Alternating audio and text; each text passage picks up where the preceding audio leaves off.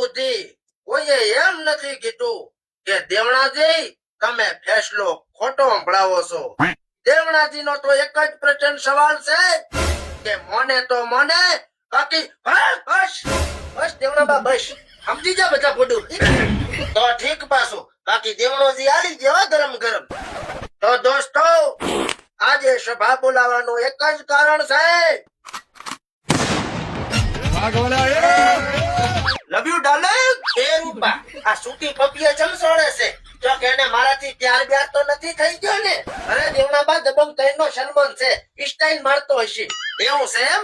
પણ અહીંયા એની વર્ધી ચો છે ઈ તો પિક્ચર નું શૂટિંગ પતી ગયું એટલે જમા કરાવી દીધી હશે. ઓ એવું એમ ને જમાય કરાવી પડે બડા મને તો ખબર જ નથી. સાઉથ વાળા ના પાડી દે દેવણોજી તમારું પિક્ચર નહીં કરે પાછી આલવામાં તો બડે શરમ આવે ગામમાં આપણી આબરૂ શું રે. તો દોસ્તો આજે આપણે અહીંયા પતંગના ઇલાકાનું વિતરણ કરવાનું છે.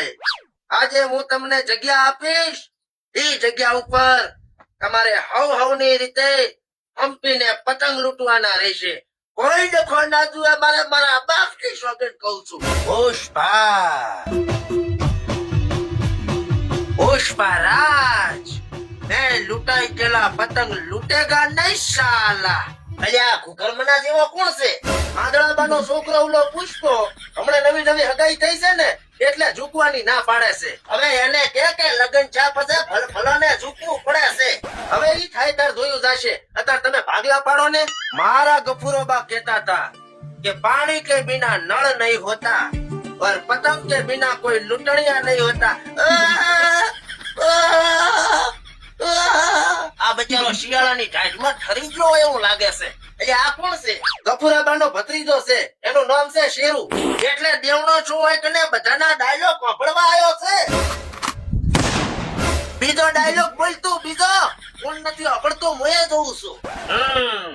તો અર્જ કિયા હે કે ખબર નહીં મારા વાળી ચોસી કે ખબર નહીં મારા વાળી ચોસી. હવે તો મારો છોકરો પણ સપનામાં આવીને કહેશે પપ્પા ગાયોગા લગ્ન કરો અમારું ભણતર લેટ થાય છે. વાહ વાહ સૂર્યમન સંભાળી ખીર પડલે મંગાઈ 1.5 લીટર. હવે ઘણું ઘસમત નકા ગળું છોલાઈ જશે સાલા. અરે દેવણાબા પુષ્પો રીનો ઘોડો છે.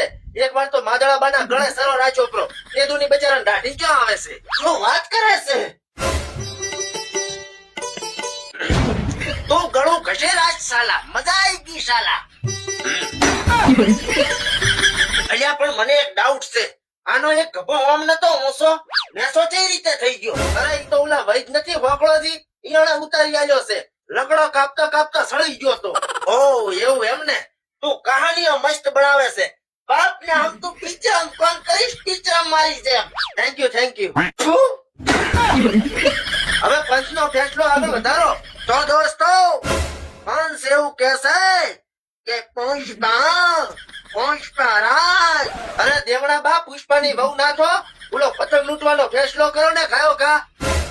તો સલમાનભાઈ તમે શેમાળામાં પતંગ લૂંટશો એ 7 વીઘામાં રેડી અરે થઈ જા તો પછી કેતા નહીં દેવણાજીની હટી તો તમારી ધોતી ફટી.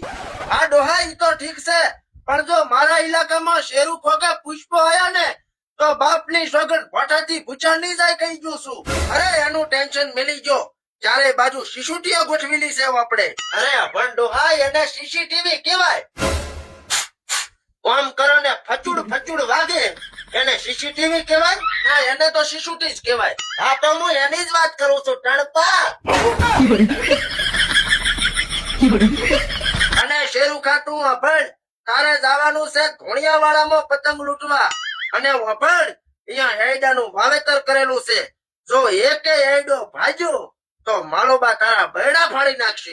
મારો બા ગફુરો કહેતા હતા. હવે ઈ ભલે જે કહેતા હોય ઈ હાલ હું કહું ઈ ભલે.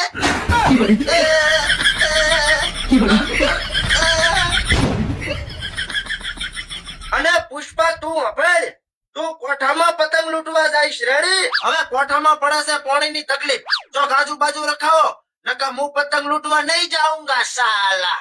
આજુબાજુ તો તું એક કામ કર તું દાયત્રમાં જાજે પતંગ લૂંટવા.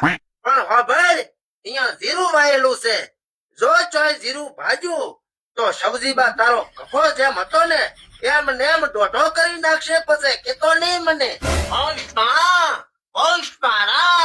रोका पड़ेगा तो सुधर जाएगा साला मैं अभी पतंग लूटवा जाएगा साला હા હવે બજારમાં માર કાકો પતંગ લૂટશે ખારીમાં માર દાદો પતંગ લૂટશે અને મોન માર ઘરના માર ઢાબે પતંગ લૂટશે અને હોજ પડે મારિયા જમા કરાઈ જાજે એક પતંગના 8 ના આલીશ બાપના આમ ખોટું બોલતો હોય તો હવે તમે શું લેવા હાલો ઉત્તરાયણના 15 દાડા પછી મોન માર કાકો ઢાબે સડીને પતંગ નહીં સગાવા બે જણા કટિયા કરશે વરી હવે 15 દાડા પછી તો મોન માર ડોશીએ સકાવશે પતંગ